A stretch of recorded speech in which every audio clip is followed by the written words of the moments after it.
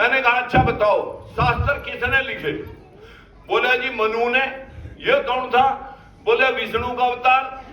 मैंने कहा यो कब होया? बोले जी सतयुग में होया। सतयुग में शास्त्र लिखे।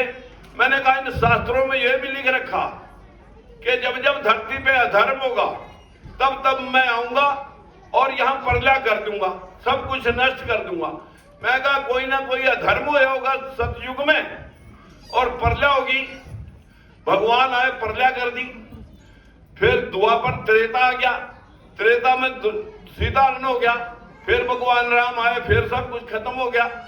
फिर द्वापर आ गया, द्वापर में द्रौपदी चीरहरण हो गया और जरासंध और होलिका की घटनाएं आ गई, प्रहलाद की घटनाएं आ गई। फिर कृष्ण भगवान आ गए, यहां फिर सब कुछ खत्म हो गया। अब कलयुग आ गया। 3 बार धरती पे प्रलय होगी। प्रलय का मकसद होता है सब कुछ जीव जंतु पेड़ पौधे बिल्डिंग सब कुछ जल समाधि होना, उसे प्रलय बोलते हैं। और पृथ्वी का नए सिरे से संरचना होना और युग का पलट जाना। 3 बार धरती पे प्रलय होगी। शास्त्र लिखे सतयुग में सब कुछ 3-3 बार डूब गया। ये शास्त्र नहीं डूबे, ये किस अलमारी में रखे थे? तो किसी का कोई जवाब नहीं। फिर मैंने उनसे एक बात और पूछी।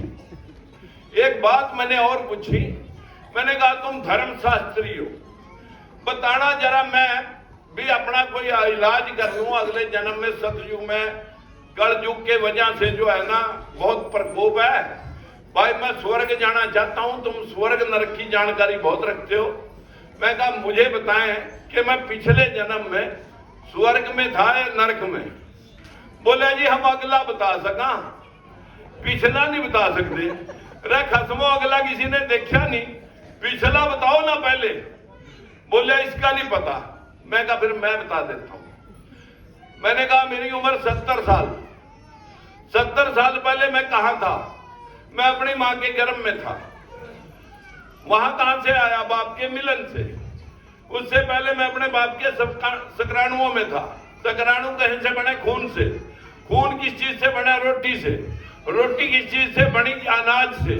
अनाज कहां से आया? किसी अनाज के पेड़ पौधे से। अनाज का पेड़ पौधा कहां से आया?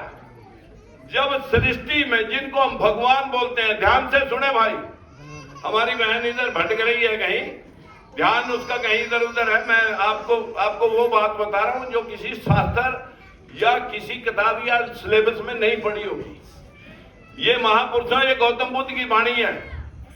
ये फूले साहब की वाणी मैं आपको बता रहा हूं, जिन्होंने गौतम बुद्ध ने कोई पुनर्जन्म नहीं माने। आपको मालूम होना चाहिए कोई आत्मा परमात्मा नहीं होते गौतम बुद्ध के मुताबिक। आपको ये भी जानकारी होनी चाहिए। मैंने उनसे पूछा कि भाई क्या चीज वो अनाज का पेड़ पौधा कहां से आया?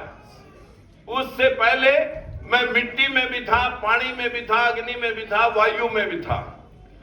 जिनको हम 5 तत्व, जिससे यह सृष्टि का निर्माण होता है, ये 5 तत्व संसार को बनाते हैं, जिनको हम भगवान कहते हैं,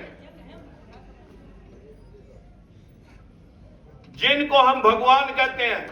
ये 5 तत्व हैं जिनसे सृष्टि का निर्माण होया। भगवान, वैसे भूमि, जैसे गगन, वैसे वायु, ऐसे अग्नि और नैसे नील।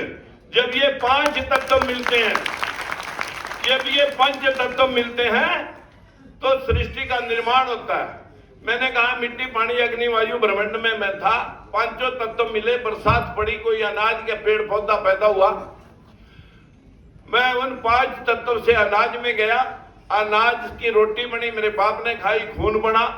मैं खून से स्पर्म बने, स्पर्म मां बाप मिले, मैं गर्भ में गया और गर्भ में जाने के बाद पैदा हो गया, 70 साल का हो गया।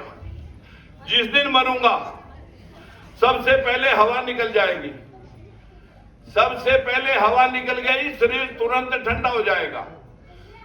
अग्नि तत्व अग्नि में मिल गया, हवा हवा में मिल गई, दफनाया या जलाया, मिट्टी मिट्टी में मिल गई, पानी वाष्प बन के ब्रह्मांड में उठ गया। आते हुए क्या कहेंगे? जब आप जला करके फूंक करके किसी को दबा करके आएंगे, 5 तत्व में विलीन हो गया, यही कहेंगे ना भाई? अरे यही कहेंगे ना। 5 तत्व से पैदा हुआ, पंच तत्व में विलीन हो गया। लेकिन पंडा पुजारी आपका पिंड यहां भी छोड़ेगा नहीं, वो आपको यहां भी पकड़ के रखेगा। नहीं नहीं, शरीर मरा, आत्मा नहीं मरती, आत्मा अजर अमर है। वैसे गौतम बुद्ध के कंसेप्ट के मुताबिक शरीर में आंखें देखती हैं, बाल से पसीना, आपके चमड़ी आपके इसको ढोल को सुरक्षित करती है, टांगे चलने का काम, पैर खड़ने का काम, हाथ कमाने का काम, हार्ट जो है ना आपका जो है ना सांस लेने का काम, गुर्दे आपके खून साफ करने के लिए, किडनी आपका कोई भी पुर्जा शरीर के अंदर अनावेस्ट नहीं है। आत्मा रूपी कोई काम देश में इसमें नहीं है, सिर्फ दिमाग है। दिमाग सारे शरीर के ढांचे को कंट्रोल करता है।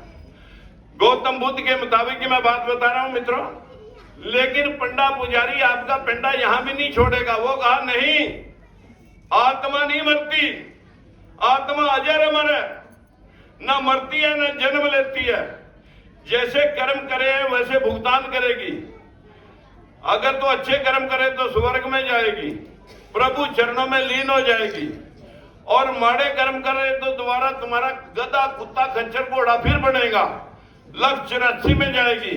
और हम कहा पादा जी महाराज बचा ले, गधा कुत्ता खच्चर ना बन दिए मेरे को, जो भी जहां सारा घर दान करवा ले, लेकिन स्वर्ग में भेज दे। आज तक किसी का माँ बाप मैंने लिखा नहीं देखा नरकिया हो कोई, सब स्वर्ग में ही जा रहे हैं।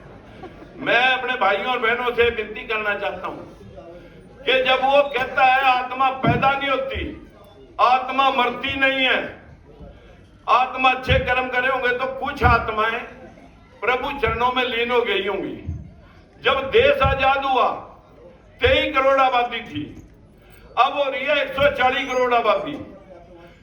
140 करोड़ आदमियों में से, आत्माओं में से, 140 करोड़ लोगों में से 23 करोड़ आत्माएं लच करके 117 करोड़ आत्माएं फालतू बदी हैं। ये तेरे बाप ने पैदा करी है, ये फिर कहां से आई है? अगर आत्मा पैदा नहीं होती, मरती भी नहीं है, जन्म भी नहीं लेती, ये कहां से आई? चलिए, मैंने कहा भाई बाहरले देश के सारे लोग मर गए होंगे, भारत की तरफ शिफ्ट होगी, या जीव जंतु कीड़े मकोड़े मर गए होंगे, वो सारी आत्माएं अपने देश में आ गई, वो कीड़े मकोड़े कुत्ते बिल्ले मच्छर मक्खी मर गए होंगे।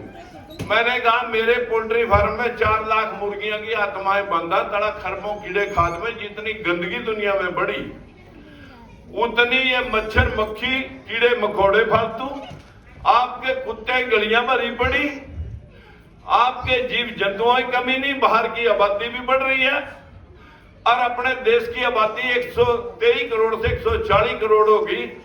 मैंने कहा अब ये बता दे मेरे को, ये आत्माएं कहां से आई? मैंने कहा तेरा दिमाग साफ करना पड़ेगा। मैंने कहा कल हमारे माँ बाप थे 2, हम 6 बहन भाई हो गए, आगे आगे 6 बहन भाई के हमारे हो गए 18 बच्चे। अब आगे 2-4 पीढ़ियों के बाद हो जाएंगे हम सैकड़ों। मानवों के मानव, जानवरों के जानवर, पशुओं के पशु, परिंदे के परिंदे, सांपों के सांप, मछलियों की मछलियां, जलचरों के जलचर, थलचरों के थलचर। इसी संसार में नर और मादा के मिलने से यही पैदा हो रहे, यही खत्म हो रहे, ना ने कहीं से आ रहे, ना ने कहीं जा रहे। इस धरती पे स्वर्ग और नरक यही है। किसी के घर में दाल रोटी का जुगाड़ बढ़िया है, किसी के घर में दाल रोटी का जुगाड़ बढ़िया है, मान मर्यादा, समाज में इज्जत, मुकदमा, बीमारी नहीं, घर स्वर्ग है। किसी के घर में 1-1 इंच के जमीन के ऊपर भाई भाई खून का प्यासा हो रहा, लठ बज रहा, मुकदमे, बीमारियों में, डर में नींद आती नहीं, या किसी को पैरालाइज हो गया, या किसी का एक्सीडेंट होगा, कोमा में चले गया, कीड़े पड़ गए। इसी जीवन में यही भुगतान है, स्वर्ग का भी नरक का भी। कहीं आसमानों में आज तक जाकर के ना तो कोई बतान आया कि मैं स्वर्ग में पहुंच गया, मेरे को सीट मिल गई, और ना उरे से जाके कोई देख सका कि स्वर्ग में गया बुढ़ा है या नहीं गया। ये इसी धंधे के ऊपर इस देश को लूटा गया।